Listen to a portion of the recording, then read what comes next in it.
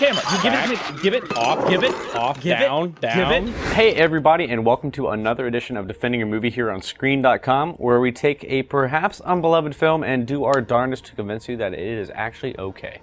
Or perhaps better than okay. Today's movie, I can tell, is going to be a long shot. It's 2008's Speed Racer.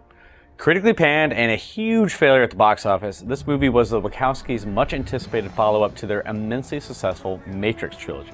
Now, in retrospect, almost anything they could have done would have probably been disappointing, but to say people reacted poorly to this PG-rated family film would be an understatement.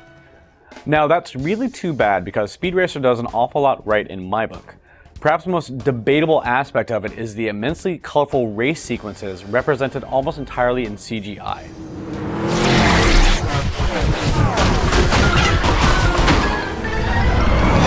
Obviously, these are a big leap from the fairly simple race scenes in the anime the movie's based on, but I can't help but like the energy the Wachowskis put into these scenes.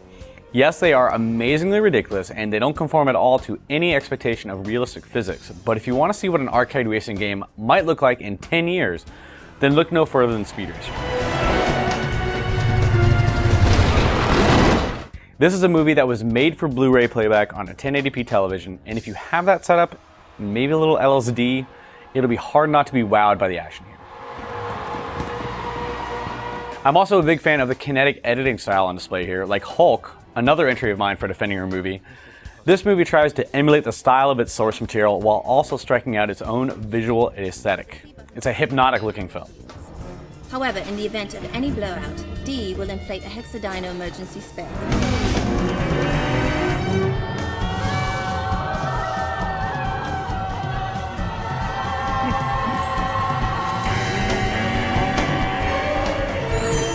Beyond the racing and action though, the acting in this film is solid top to bottom. Emile Hirsch is great as Speed, but is a bit overshadowed by the supporting cast with names like John Goodman and Susan Sarandon as his loving parents, Christina Ricci as his cute girlfriend Trixie, and especially Roger Allam as Royalton, one of the best bad guys I've seen on screen in a long time. That's what racing is about. It has nothing to do with cars or drivers. All that matters is power and the unassailable might of money.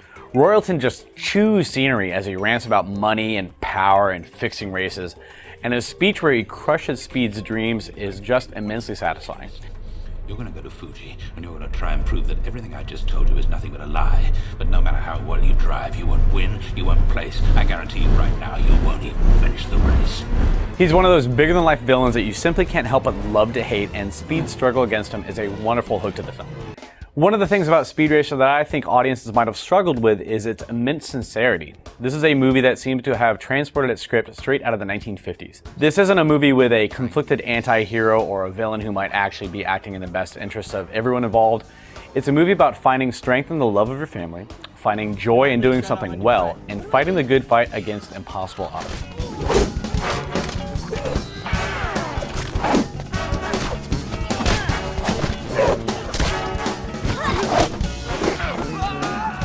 In that sense, the movie is faithful to the tone of the anime that inspired it, even if its themes might seem a bit dated today.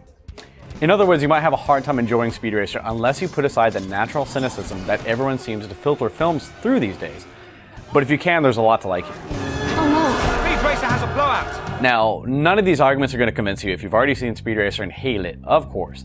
But if you haven't seen it yet, then maybe you should give it a whirl, because it's definitely not as bad as everyone made it out to be. I, for one, actually find it a fairly charming children's film, full of primary colors and gag-based humor, such as the keys that fly out from a spinning ninja.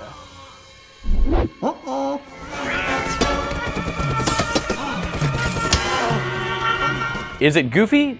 Yes, in the most extreme way possible, but it's also charmingly goofy. Enough so to actually warm even my cynical heart.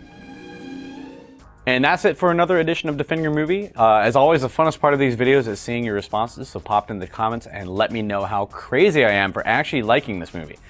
And we'll be back with a no doubt controversial choice next time. See you soon. Oh